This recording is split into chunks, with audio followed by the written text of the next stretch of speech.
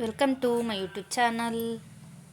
ನೋಡ್ರಿ, ಈಗ ನಾನು ಪಡ್ಡು ಮಾಡಕತ್ತೀನಿ. ಈ ಗ್ಲಾಸಲ್ಲಿ 1 ಗ್ಲಾಸ್ ಅಷ್ಟು ಅಕ್ಕಿ ತಗೊಂಡನಿ. ಮತ್ತು ಫ್ಲೇವರಿಗೋಸ್ಕರ ಮೆಂತ್ಯಕಾಳು,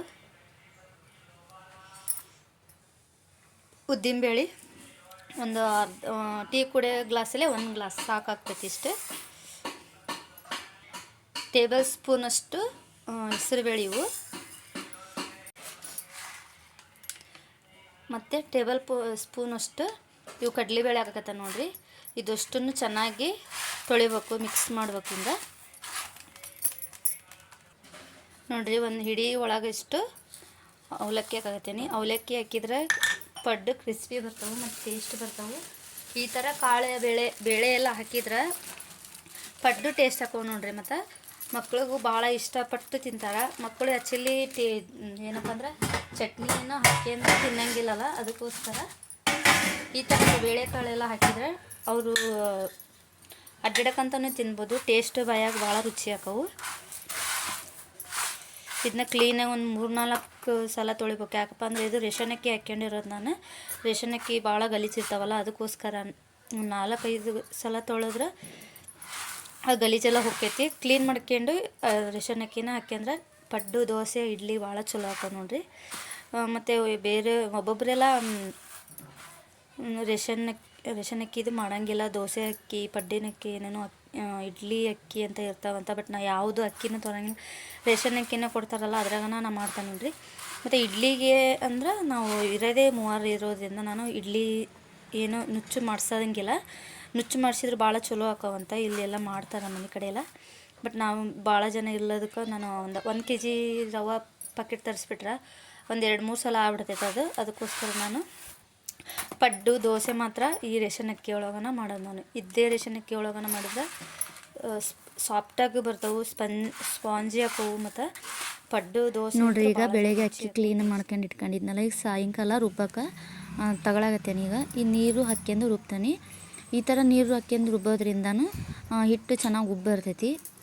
ನೀರು ಒಬ್ಬೊಬ್ರು ಹಾಕೋಂಗಿಲ್ಲ, ಬಟ್ ಇದು ನೀರು ಹಾಕಿದ್ರೆ ಟೇಸ್ಟ್ ಬರ್ತೈತಿ. ನೀರು ಚೆನ್ನಾಗೇ ಇರ್ತೈತಿ. ಇದು ಏನಂದ್ರೆ ಅಕ್ಕಿನೂ ನೆಂದಿರ್ತೈತಿ, ಅದಕ್ಕೋಸ್ಕರ ಈಗ ನಾನು ಮಿಕ್ಸಿಗೆ ಹಾಕ್ಯಂತ ನೋಡಿರಿ. ಈಗ ಹಿಟ್ಟು ರುಬ್ಬಕ್ಕೆ ಈ ಥರ ಗಡ್ಗೆ ಥರ ಇರ್ತೈತೆ ನೋಡಿರಿ. ಈ ಥರದ್ದೇ ತಗೋಬೇಕು ಪಾತ್ರೆನ. ಸ್ವಲ್ಪ ಅಗಲ ಇರೋ ತಗೋಬಾರ್ದು. ಈ ಥರ ಇತ್ತು ಅಂದ್ರೆ ಅದು ಗುಂಡಿ ಥರ ಇರ್ತೈತಲ್ಲ, ಅದು ಹಿಟ್ಟು ಚೆನ್ನಾಗಿ ಉದುಗುತ್ತೆ. ಅದಕ್ಕೋಸ್ಕರ ನಾನು 2 ಸಲ ರುಬ್ಬಿದೆ. ಅಕ್ಕಿ ಭಾಳ ಕಮ್ಮಿ ಹಾಕಿದ್ದೆ ನಾನು.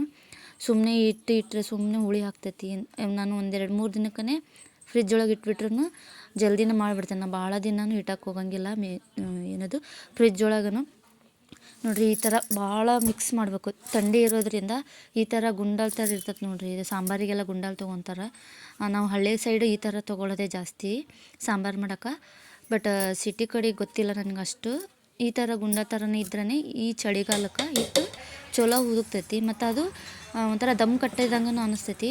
ಇದು ನೋಡಿರಿ, ಈ ಥರ ಕಂಠದೊಳಗಿರೋದೆಲ್ಲ ಹಿಟ್ಟು ಕ್ಲೀನ್ ಮಾಡ್ಕೊಂಡು ಇದನ್ನು ಸ್ವಲ್ಪ ತಟ್ಟಿ ಮುಚ್ಚಿ, ಒಜ್ಜಿ ಇರೋದು ಇದು ಕುಟ್ಟೋದು ಕಲ್ಲು ಇರ್ತೈತಲ್ಲ ಅದನ್ನು ಮತ್ತು 1-2 ಕಾಟನ್ ಬಟ್ಟೆ ಮುಚ್ಚಿದ್ರಂತೂ ಭಾಳ ಚಲೋ ಹಿಟ್ಟು ಉದುಕ್ತೈತಿ. ಮತ್ತು ನಾವು ಇಡ್ಲಿ ಪಡ್ಡು ಮಾಡಿದಾಗಂತೂ ಭಾಳ ಚೆನ್ನಾಗಿ ಸಾಫ್ಟಾಗಿ ಬರ್ತಾವೆ, ಸ್ಪಾಂಜಿ ಹಾಕವು.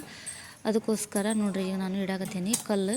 ಈ ಥರ ಕುಟ್ಟ ಕಲ್ಲಿತ್ತು, ಅದು 2 ಇದ್ರ ಸಮೇತನೇ ಇಡಾಕತ್ತೀನಿ. ಇಲ್ಲ ಒಂದೇ ಬೇಕಂದ್ರೂ ಇಡ್ಬೋದು. ಬಟ್ ನಾನು 2 ಇಟ್ಟು 2 ಬಟ್ಟೆ ತೊಗೊಂಡು ಮುಚ್ಚಿದೆ ನಾನು. ನೋಡಿರಿ, ಈಗ ನಾನು ಒಂದು ಕರ್ಚಿಪ್ಪು ಮುಚ್ಚಿದೆ ಮತ್ತು ಇನ್ನೊಂದು ಕಾಟನ್ ಬಟ್ಟೆನೂ ಮುಚ್ಚಿದೆ. ಈ ಥರ ಮುಚ್ಚೋದ್ರಿಂದ ಈ ಥಂಡಿ ಇರೋದ್ರೆ ಚೆನ್ನಾಗಿ ಹಿಟ್ಟು ಉದುಕ್ತೈತೆ, ಅದಕ್ಕೋಸ್ಕರ ಅಷ್ಟೇ. ನೋಡಿರಿ, ಈ ಥರ ನೋಡಿರಿ. ಈಗ ಬೆಳೆಗೆ ಹಿಟ್ಟು ಚೆನ್ನಾಗಿ ಬರ್ತೈತೆ. ಈ ಬೆಳೆಗೆ ತಟ್ಟಿ ತೆಗೆದೇನು ರೀಸನ್ ಇಲ್ಲ. ಎಷ್ಟು ಬುರುಕ್ ಥರ ಆಗೈತಿ ಅಂದ್ರೆ ಹಿಟ್ಟು. ಇಷ್ಟು ಥಂಡಿ ಒಳಗೂ ಹಿಟ್ಟು ಆಲ್ರೆಡಿ ಕಮ್ಮಿನೇ ಇತ್ತು, ಎಷ್ಟು ಉಬ್ಕೊಂಡತಿ. ಭಾಳ ಅಂದ್ರೆ ಭಾಳ ಚೆನ್ನಾಗಿ ನೆಂದಿತ್ತು ಹಿಟ್ಟು ಮಾತ್ರ. ಪಡ್ಡು ಅಷ್ಟೇ ಕ್ರಿಸ್ಪಿಯಾಗಿ ಸ್ಪಾಂಜಿಗೆ ನೋಡಿರಿ, ನಿಮ್ಗೆ ಗೊತ್ತಾಗ್ತೈತಿ. ಈ ಥರ ಉದುಕ್ಬೇಕು. ಈ ಥರ ಆಯ್ತು ಅಂದರೆ ಹಿಟ್ಟು ನಾವು ಯಾವ ಥರನೇ ಮಾಡಿ ಕಣ್ಣು ಮುಚ್ಕೊಂಡು ಮಾಡ್ಬೋದು. ಪಡ್ಡು ಕ್ರಿಸ್ಪಿಯಾಗಿ ಗರಿಯಾಗಿ ಮತ್ತು ಕಲರ್ ಅಂತೂ ಭಾಳ ಅಂದ್ರೆ ಭಾಳ ಚೆನ್ನಾಗಿ ಬರ್ತಾವೆ. ಒಬ್ಬೊಬ್ರು ಪಡ್ಡು ಎಷ್ಟೇ ಬೆಂದ್ರೂ ವೈಟಾಗೇ ಇರ್ತವೆ. ಬಟ್ ಮಕ್ಳಿಗೆ ಆ ಥರ ಇಷ್ಟ ಆಗಂಗಿಲ್ಲ. ಅವ್ರಿಗೆ ಕ್ರಿಸ್ಪಿಯಾಗಿ ಟೇಸ್ಟಿಯಾಗಿದ್ರೇ ಮಕ್ಕಳು ತಿನ್ನೋದು. ಅದಕ್ಕೋಸ್ಕರ ಈ ಥರ ಕಾಳು ಹಾಕಿದ್ರೂ ಟೇಸ್ಟ್ ಹಾಕವು ನೋಡಿರಿ, ಗೊತ್ತಾಗ್ತೈತಿ. ನಾನು ನಿಧಾನಕ್ಕೂ ತೋರ್ಸಾಕತ್ತೀನಿ. ಬುರುಗ್ ಥರ ಇರ್ಬೇಕು ಈ ಥರ ಹಿಟ್ಟು ಆ್ಯಕ್ಚುಲಿ. ನೋಡಿರಿ, ಈ ಥರ ಆ್ಯಕ್ಚುಲಿ ಚಳಿಗಾಲದಾಗ ಆಗಂಗೆ ಇಲ್ಲ. ಬಟ್ ನಾನು ಹೇಳಿರೋ ಟಿಪ್ಸ್ ನೀವು ಒಂದ್ಸಲ ಟ್ರೈ ಮಾಡಿರಿ, ನಿಜ ಹಿಟ್ಟು ಭಾಳ ಚೆನ್ನಾಗಿ ಉದುಗ್ ಬರ್ತೈತಿ. ಇದಾದಮೇಲೆ ಇವಾಗ ನಮಗೆ ನೋಡಿರಿ, ನಾನು ಅಷ್ಟು ಹಿಟ್ಟು ಮಾಡಂಗಿಲ್ಲ. ಈಗ ಸ್ವಲ್ಪ ಫ್ರಿಜ್ನಾಗ ಎತ್ತಿಡ್ತೇನೆ. ಅದೇ ಹಿಟ್ಟು ಜಾಸ್ತಿ ಆಯ್ತು ಅಂತ ಅನ್ನಿಸ್ತು. ಬಟ್ ನಮ್ಗೆ ಇಷ್ಟು ಸಾಕಾಗ್ತೈತಿ 3 ಜನಕ್ಕೂ. ಇಷ್ಟು ಹಿಟ್ಟು ಎತ್ತಿಟ್ಟು ಉಳಿದುದು ಸ್ವಲ್ಪ ಸೋಡಾ, ಸ್ವಲ್ಪ ಉಪ್ಪು, ರುಚಿಗೆ ಎಷ್ಟು ಬೇಕಾಕೈತಿ ಅಷ್ಟು ಉಪ್ಪು ಹಾಕಿದ್ರೆ ನಾನು ಪಡ್ಡು ಮಾಡೋಕೆ ನೋಡಿರಿ ಈಗ ಉಪ್ಪು ಹಾಕಾಕೈತೀನಿ. ಸ್ವಲ್ಪ ಪಡ್ಡು ಮಾಡೋದು 1 ಅವರ್ 2 ಅವರ್ ಮುಂಚೆನೇ ಇದು ಮತ್ತೆ ಈ ಥರ ಹಿಟ್ಟು ಕಾಲ್ಸಿಡ್ತೇನೆ ನೋಡಿರಿ. ಸೋಡಾ ಹಾಕಿದೆ ಮತ್ತು ಈ ಥರ ಉಪ್ಪು ಸೋಡಾ ಹಾಕಿದ್ರಿಂದ ಇನ್ನೂ ಸ್ವಲ್ಪ ಚೆನ್ನಾಗಿ ಹಿಟ್ಟು ಉದುಕ್ತೈತಿ ಮತ್ತು ಎಲ್ಲ ಚೆನ್ನಾಗಿ ಮಿಕ್ಸ್ ಆಕೈತಿ. ಅವಾಗ ಇನ್ನೂ ಚೆನ್ನಾಗಿ ಟೇಸ್ಟ್ ಹಾಕು ಪಡ್ಡು ಆಯ್ತು, ದೋಸೆ ಆಯ್ತು. ಮೇನ್ ಟಿಪ್ಸ್ ನೋಡ್ರಿ, ನನ್ನ ಮಗ ಜಾತ್ರೆ ಒಳಗೆ ಫೋನ್ ತೊಗೊಂಡಿದ್ದ, ಅದನ್ನ ಅಡ್ಡಾಡಿ ಹಿಡಿಯಾಕತ್ತಿದ್ದ. ನನ್ನ ಫೋನ್ನಕ್ಕೂ ವಿಡಿಯೋ ಮಾಡಮ್ಮ ಅಂಥೇಳಿ ನೋಡಿರಿ. ಈ ಥರ ಚೆನ್ನಾಗಿ ಮಿಕ್ಸ್ ಮಾಡಿಟ್ವಿ ಅಂದ್ರೆ ದೋಸೆ ಪಡ್ಡು ಚೆನ್ನಾಗಿ ಬರ್ತೈತಿ.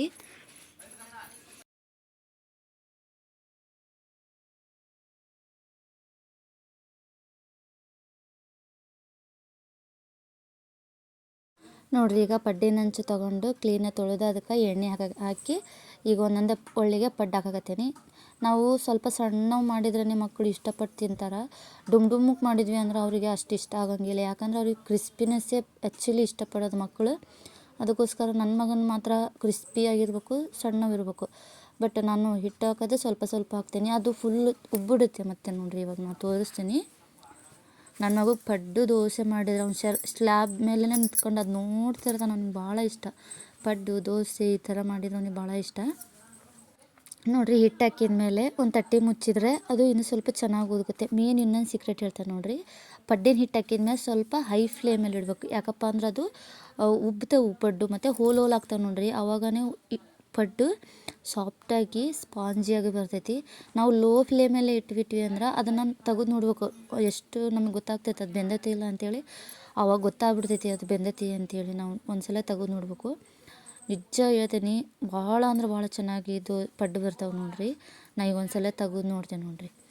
ಅದು ಹೊಗೆ ಬರ್ತಾ ಇರುವಾದ್ರ ಒಳಗನೆ ತೆಗೆದಿಡ್ಬೇಕು ನೋಡಿರಿ. ಈಗ ಪಡ್ಡು ಎಷ್ಟು ನಾ ಹಿಟ್ಟು ಎಷ್ಟು ಹಾಕಿದೆ, ಬಟ್ ಪಡ್ಡು ಯಾವ ಥರ ಉಬ್ಕೊಂಡವು ಅಂಥೇಳಿ. ಭಾಳ ಅಂದ್ರೆ ಭಾಳ ಚೆನ್ನಾಗಿ ಕಲರು ಬರ್ತವೆ, ಟೇಸ್ಟ್ ಹಂಗೆ ಹಾಕವು. ನಾನು ಫಸ್ಟಿನ್ಗೆ ಹಾಕಿರೋದು ಪಡ್ಡು ಮಾತ್ರ ನನ್ನ ಮಗನಿಗೆ ಕೊಡಲ್ಲ, ನಮ್ಮ ಮನೆಯವ್ರಿಗೆ ಕೊಡಲ್ಲ. ಬೇಕಂದ್ರೆ ನಾನೇ ತಿಂತಾನೆ, ಬಟ್ ಅವ್ರಿಗೆ ಗಂಡು ಮಕ್ಳಿಗೆ ಮಾತ್ರ ಕೊಡೋಂಗಿಲ್ಲ ನೋಡಿರಿ. ಈಗ ಒಂದೊಂದ್ಸಲ ಬೆಂದಿರ್ತೈತಿ, ಒಂದ್ಸಲ ಬೆಂದಿರಲ್ಲ. ಹೇಳ್ತಾರೆ ನಮ್ಮೂರ ಸೈಡೆಲ್ಲ, ಹಳ್ಳಿ ಸೈಡು ಗಂಡು ಮಕ್ಳಿಗೆ ಫಸ್ಟಿನ ರೊಟ್ಟಿ ಆಯಿತು, ಫಸ್ಟು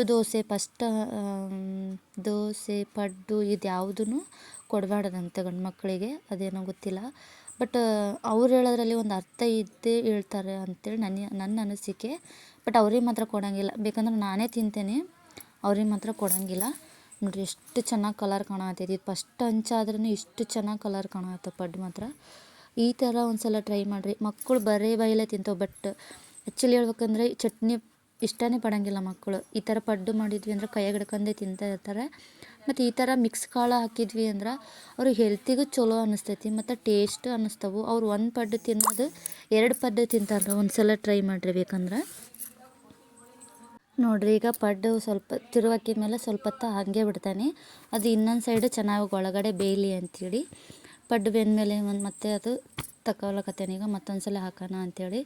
ನಾನು ಎಣ್ಣೆನೂ ಜಾಸ್ತಿ ಹಾಕೋಂಗಿಲ್ಲ ನೋಡಿರಿ. ಇಲ್ಲಿ ಚಾಕು ಚುಚ್ಚಬೇಕಾದ್ರೆ ಗೊತ್ತಾಗ್ತೈತೆ ಪಡ್ಡು ಎಷ್ಟು ಸಾಫ್ಟಾಗಿ ಬಂದವು ಅಂಥೇಳಿ. ಈಗ ನೋಡಿರಿ, ನಾನು ಡೀಟೇಲಾಗಿ ತೋರಿಸ್ತೀನಿ. ನಾನು ಎಣ್ಣೆನೂ ಜಾಸ್ತಿ ಹಾಕೋಕತ್ತಿಲ್ಲ ನೋಡಿರಿ. ಅದು ಟೀ ಸ್ಪೂನಲ್ಲಿ ಹಾಕಿದ್ರು 1 ಸ್ಪೂನಲ್ಲಿ ಒಂದು 2-3 ಒಳ್ಳಿಗೆ ಹಾಕ್ತೇನೆ ಎಣ್ಣೆನ. ಜಾಸ್ತಿ ಎಣ್ಣೆ ಹಾಕೋಂಗಿಲ್ಲ. ಬೇಕಾದ್ರೆ ನನಗೆ ಹಾಕ್ತೇನೆ, ಒಂದು ಸ್ವಲ್ಪ ಟೇಸ್ಟ್ ಚೆನ್ನಾಗಿ ಆಗ್ತೈತಿ ಅಂಥೇಳಿ. ಬಟ್ ನನ್ನ ಮಗನಿಗೆ ಕೆಮ್ಮು ಇರೋದ್ರಿಂದ ಅವನಿಗೆ ಮಾಡ್ಬೇಕಾದ್ರೆ ಸ್ವಲ್ಪ ಕಮ್ಮಿನೇ ಹಾಕಿದ್ದೀನಿ.